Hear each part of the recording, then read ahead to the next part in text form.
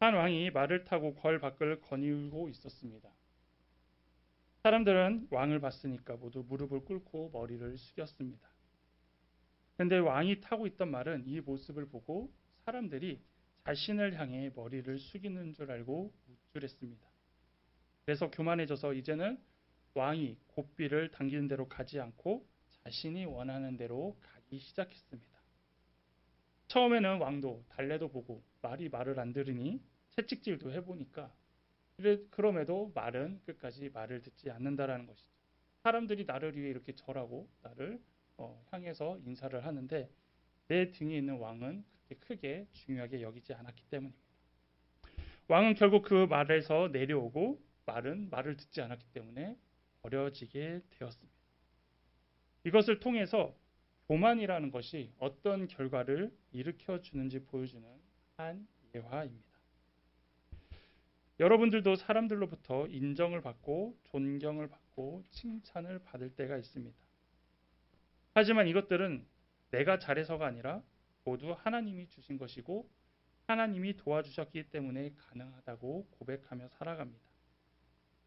다윗의 삶을 보면 그의 인생 가운데서도 하나님이 함께 하심이 얼마나 큰 은혜이고 복인지 말씀에서는 증거하고 있습니다. 오늘 본문까지 기록된 다윗의 모습을 봤을 때 다윗은 왕위를 얻고 또 강성하게 됨의 근원은 결국은 하나님의 은혜라는 것을 보게 됩니다. 왜냐하면 하나님께서 그를 택하셨고 또한 그와 함께 하셨기 때문에 다윗은 점점 강성하여 왕의 자리까지 온 것이죠. 그런데 다윗은 밧세바 사건 이후에 또 다른 죄를 짓게 됩니다. 바로 인구 조사를 하는 것입니다. 우리나라도 1년마다 인구 총조사를 합니다. 통계청 홈페이지에서 인구 조사의 목적을 살펴봤더니 인구 규모, 분포 및 구조, 가구, 주택에 관한 특성을 파악하여 각종 정책 입안의 기초 자료로 활용, 각종 표본 조사의 표본 틀로 활용을 하려고 그 인구 조사를 하면서 국가의 여러 가지 대책을 마련하고 계획을 세우기 위해서 한다라는 거죠. 성경에서도 여러 가지 목적과 이유로 인구 조사를 했습니다. 출애굽기 30장에서는 백성의 수요에 따라 생명의 속전을 드리기 위해 인구 조사가 실시되었고 민수기에서는 하나님이 이렇게 보호해 주시고 함께 하셨다라는 은혜를 기억하고 하나님의 군대로서 그리고 공동체 의식을 함양하기 위해서 1차, 2차로 인구 조사를 했습니다. 하지만 오늘 본문에 나오는 다윗이 했던 인구 조사는 목적과 동기가 잘못되었음을 알게 됩니다. 역대상 21장 1절에 사탄이 다윗을 충동하여 인구 조사를 했다고 기록할 정도로 다윗이 한 이 인구 조사는 잘못되었다는 것이죠. 다윗은 이 인구 조사를 통하여서 과거에도 해왔기 때문에 군사, 행정, 조직을 정비하고 그것에 더 의존하려고 했던 이 모습, 즉 다윗은 지금 내가 왕이 되고 내가 다스려야 될 나라의 힘의 영향력을 알아보기 위해서 했던 이 인구조사는 교만함이 동기였고 하나님께서 그 모습을 용납하지 않으신 것입니다. 자, 그렇다면 우리의 모습은 어떨까요? 하나님이 원하시는 것을 해야 하는데 내가 하고 싶은 대로 하는 것이 문제라는 것입니다. 그 이유는 무엇이냐? 바로 사탄이 우리를 계속 헷갈리게 하기 때문입니다. 사탄의 별명이 무엇입니까? 요한복음 8장 44절에 그가 거짓말쟁이요 거짓의 아비가 되었습니다. 라고 예수님께서 말씀하고 계십니다. 그래서 사탄이 거짓말을 통해서 사람들을 속이고 교만하게 한 역사는 언제부터 시작이 됐냐면 바로 아담과 하와 때부터입니다. 제가 이 부분을 놓고 한번 이렇게 다시 봤더니 아담과 하와가 하나님께 지었던 죄가 바로 불순종입니다. 그런데 이 불순종이 무엇부터 시작되냐? 교만했기 때문에 불순종했다라는 것이죠. 뱀이 하와를 유혹하며 했던 말 가운데 무엇이 있냐면 너희 눈이 밝아져 하나님과 같이 되어 선악을 알 줄 하나님이 아심이니라 라고 이렇게 표현을 했습니다. 이 말은 무슨 얘기냐? 너도 하나님처럼 될 수 있어. 그리고 하나님은 너가 하나님 되는 거를 두려워해서 선악과를 못 먹게 하시는 거야 라고 하면서 이렇게 헷갈리게 만들었다라는 것이죠. 또 불순종이라는 것 자체는 권위에 대해 존경심이 거려되고 따르지 않는 것인데, 사람들이 그리고 사람이 하나님께 불순종하는 것은 즉 하나님과 동등하기 때문에, 그리고 동등하다고 생각하기 때문에 따르지 않는다라는 것이죠. 남자분들은 뭐 군대를 다녀오거나 또 회사에서 이제 일을 하시다 보면 이제 직급이 있지 않습니까? 그러면 이제 명령이라는 걸 하고 거기에 따릅니다. 근데 그 명령을 할 때 무엇 때문에 따르는 겁니까? 권위라는 것이 있기 때문에 거기에 따라서 명령을 따르는 거죠. 근데 이제 권위가 무너졌다는 건 뭡니까? 네가 뭔데? 나도 너랑 같이 동급이면 내가 이걸 왜 해야 돼? 이렇게 되는 게 이제 권위에 대한 도전이 되기 시작하는 거죠. 그래서 그 권위에 대한 도전에서 따라오는 게 불순종이고, 그 권위에 대한 도전은 결국 교만에서 시작된다라는 것입니다. 그래서 아담과 하와가 선악과를 따먹은 불순종은 결국 이겁니다. 나도 하나님처럼 판단할 수 있고 나도 하나님처럼 결정할 수 있어라는 이 교만이 그들 마음에 있었다라는 것이죠. 그리고 성경에서는 이 교만에 대하여서 상당히 많이 언급하고 있고 경고하고 있는 이유가 바로 이 이유 때문입니다. 또한 성경 사전에서는 교만을 이렇게 정의하고 있습니다. 하나님의 뜻을 행하지 않는 것이고 하나님과 동등해지려고 했던 사탄으로부터 왔으며 우상 숭배의 죄와 같이 하나님의 심판을 가져온다라고 말합니다. 그래서 하나님의 사람들은 이 교만을 쉽게 생각하면 안 되는 죄입니다. 그런데도 우리는 이 교만에 대하여 좀 가볍게 여기거나 나는 교만하지 않아 라는 마음을 가지고 이건 내 이야기가 아니야 라면서 지나갈 때가 많이 있다라는 것이고, 오늘 본문의 다윗도 바로 이 교만의 늪에 빠진 것입니다. 다윗이 인구조사한 이유는 마음엔 교만이라고 우리가 표현할 수 있지만 겉으로 드러나는 것은 왕권 광화입니다. 군사력을 조사하고 그 군사력을 기반으로 어느 정도 힘을 갖추고 있는지 확인하고 싶어서입니다. 그리고 이것이 모두 이제 내가 잘해와서 이렇게 세력을 확장해 왔다고 자랑하고 싶었던 그 이유여서였습니다. 하지만 이렇게 인구 조사를 하려는 다윗의 마음에 어느 순간 하나님은 없었습니다. 그리고 그 자리에 어느 순간 내 자신이 자리하게 되었다라는 것이죠. 그동안 다윗의 인생을 여러분 복기해 보면 어떨까요? 박살나고 깨지고 죽음의 고비까지 갔을 때 오직 그 중심에는 하나님이 계셨습니다. 그래서 하나님을 붙잡고 하나님 말씀에 순종했고 하나님이 가라는 대로 갔고 또 하나님이 하라는 대로 했기 때문에 그 모든 것들을 다 벗어나고 이겨낼 수 있지 않았겠습니까? 그런데 왕이 된 이후부터는 어떨까요? 이 위기들이 이제 사라지기 시작합니다. 누가 왕을 건드리겠습니까? 위기도 줄어들고 안정이 찾아옵니다. 왜냐하면 전쟁을 항상 이겼잖아요. 그러니까 전체적으로도 강했다라는 겁니다. 그래서 이제는 자신의 상황, 처지, 형편에 대하여서 다른 이제 생각을 품기 시작한 거죠. 그래서 경영 분석, 통계, 기획 같은 거를 믿고 왕으로서 이제 또 다른 것들을 해 나가려고 했던 것들이 이 인구 조사를 시작으로 하려고 한 것입니다. 그래서 이제는 나도 할 수 있다라는 착각을 한 것이죠.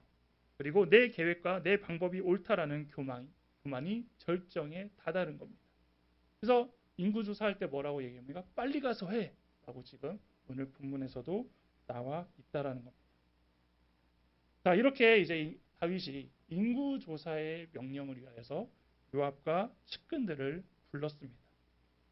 그리고 그 명령을 지시받은 요압은 이 명령에 대하여서 뭔가 이상하다는 것을 눈치챘습니다. 군대 장관이었던 요압은 어떠한 신앙이 좋은 사람도 아니고 선한 사람도 아니었지만 다윗과 계속 해오면서 다윗과 함께했던 하나님을 간접적으로 느꼈던 사람입니다. 그래서 그동안 다윗의 모든 명령에 의해서는 순종했고 따랐고 전쟁에도 나가서 승리하면서 복종했던 사람이었다는 거죠. 그런데 이 인구조사에 대한 이야기를 들었을 때는 뭔가 느낌이 다르다라는 것을 받았다는 겁니다. 그래서 3절에 요압이 이렇게 묻습니다. 요압이 왕께 아뢰되 이 백성이 얼마든지 왕의 하나님 여호와께서 100배나 더하게 하사 내 주 왕의 눈으로 보게 하시기를 원하나이다. 그런데 내 주 왕은 어찌하여 이런 일을 기뻐하시나이까 하되. 그렇게 하지 않아도 하나님이 충분히 다윗 당신을 위하여서 국민들을 줄 것이고 강성하게 할 것이고 이렇게 평안하게 할 건데 지금 이거를 왜 굳이 하려고 합니까? 이렇게 요압이 다윗에게 되묻고 있는 것이죠. 그래서 뭔가 느낌이 이상한데 어떻습니까? 위치상으로 신하잖아요. 해야 되잖아요. 그리고 다윗은 얼른 가서 하라고 질책하고 있지 않습니까? 그래서 이제 요압은 어쩔 수 없이 하는데 이때부터 이제 요압이 다윗으로부터 마음이 틀어지기 시작했다라고 성경은 보고 있습니다. 또한 이후에 요압은 다윗의 반역에 동참합니다. 그래서 이 다윗의 권위에 도전했을 때가 바로 이때라고 볼 수 있습니다. 이 명령을 못마땅하게 한 요압, 이 명령을 잘 수행했을까요? 아닙니다. 역대상 21장 6절에 요압이 왕의 명령을 마땅치 않게 여겨 레위와 베냐민 사람은 계수하지 아니하였더라. 실제로 앞에서도 인구조사할 때 레위인들은 계수하지 않을 때도 있었습니다. 그런데 오늘 했던 이 요압은 왕의 명령을 마땅치 않게 여겼다라는 거예요. 그러니까 탐탁치 않았다라는 거예요.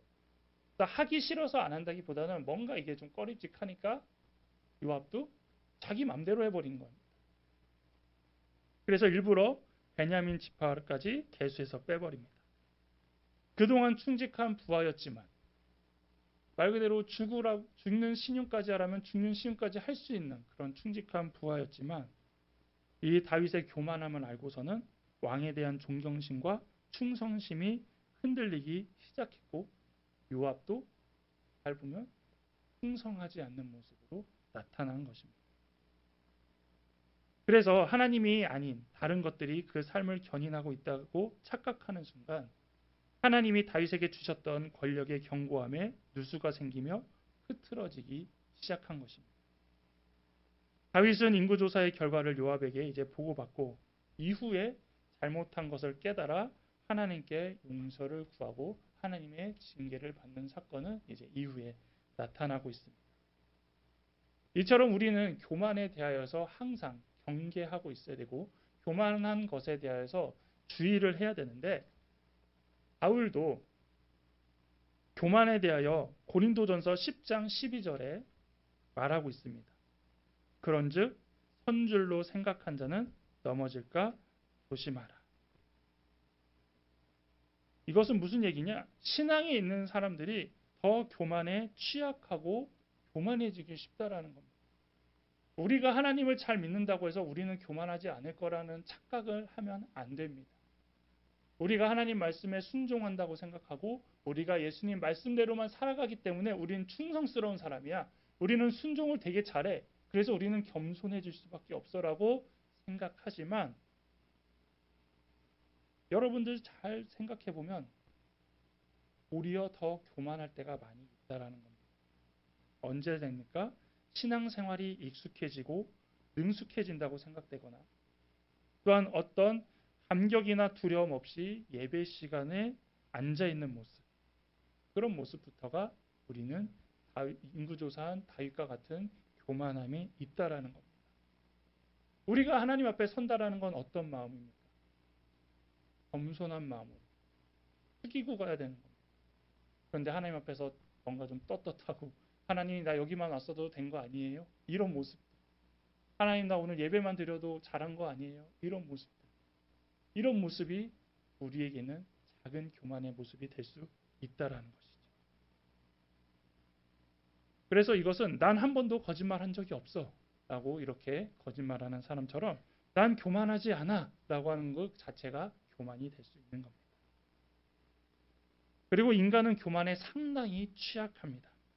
조금만 잘 나가고 조금만 형통하고 조금만 평안해지면 우리 마음 가운데 어느새 교만의 마음들이 싹 트고 있다라는 겁니다. 그렇다면 사탄은 우리를 어떻게 교만하게 할까요? 바로 아담과 하와에게 했던 그 방법 그대로를 지금 우리에게도 사용하고 있다라는 겁니다. 무슨 얘기입니까? 하나님이 원하시는 방법, 하나님이 말씀하신 목적, 그리고 하나님이 이끄시는 뜻대로 살지 않고 우리도 그렇게 할 수 있다라는 것을 핑계로 한다라는 것입니다. 그래서 계속 유혹하고 있다라는 거예요. 그거 해도 그거하고 회개하면 돼. 그거 해도 자녀니까 용서받을 거야. 너 해도 괜찮아, 넘어갈 수 있어. 너 구원받은 사람이라며. 이렇게 하면서 계속 유혹해서 우리를 어떻게든 죄 가운데로 이끌고 간다라는 것입니다. 그리고 우리가 잘못을 깨달았을 땐 사탄은 얄밉게 도망갑니다. 그래서 우리가 신앙생활 할 때도 보면은 꾀가 많이 나잖아요. 꾀. 예, 저도 아내한테 지난주 그랬어요. 아, 교회 가기 싫다. 예, 예, 그러죠. 목사인데 교회랑 가면 되냐고. 예, 꾀가 난다라는 겁니다. 기도할 때도 꽤 나잖아요. 예? 여러분 기본적으로 하나님한테 간구하는 기도는 무엇입니까? 무릎 꿇고 눈물을 흘리며 간절하게 해야 되는데 그렇게 얼마나 기도하십니까? 대부분 들어놓고 오늘은 주님 이 기도도 받아주실 것이죠. 주님 저는 이렇게 대화하렵니다. 이러면서 우리의 신앙 가운데 참 여러 가지 모습으로 이 꾀가 나게 한다라는 겁니다. 이러한 사탄의 비열한 유혹에 우리가 빠지지 않기 위하여 필요한 것은 무엇일까요? 바로 아래로 모은 기도의 손이요 겸손의 무릎이라는 것. 그리고 이것을 보여주신 분은 예수님이십니다. 우리가 예수님을 겸손의 왕이라고 한 것은 뭐냐면 그냥 십자가에 못 박혀서 죽으셨기 때문에 단지 신이신데 인간으로 오셨기 때문에 사람들은 근데 그것을 겸손으로 보지 않습니다. 믿지 않는 사람들도 예수님을 겸손이라고 표현할 수 있는 것은 무엇이냐면 예수님은 하나님이셨지만 이 땅에서는 철저하게 사람이셨다라는 거예요. 우리가 예수님의 삶을 볼 때 어떻습니까? 이럴 때는 그리스 로마 신화처럼 가끔 신적인 능력을 발휘해서 도망갈 수도 있고 피할 수도 있고 도리어 징계하거나 벌할 수도 있는데 예수님은 다 겪으셨잖아요. 고난도 겪으시고 아픔도 겪으시고 외적인 고통뿐만 아니라 내면의 고통까지도 다 겪으셨다라는 겁니다. 그게 바로 겸손하기 때문에 가능하다는 것이고 그렇게 낮아지려고 했던 예수님은 언제나 기도의 자리에 있으셨기 때문에 그것이 가능했다라는 것이죠. 그래서 예수님은 삶 자체가 겸손이셨고 교만과는 거리가 멀었다라는 거예요.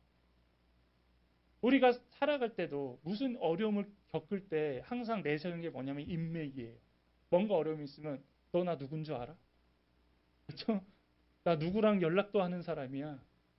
네, 그게 뭡니까? 어떤 백이긴 하지만 그거 자체가 교만이잖아요. 나는 이렇게 해서 이런 것들을 넘어갈 수가 있어. 그렇게 봤을 때 예수님 어떤 분이세요? 예수님은 하나님이셨어요.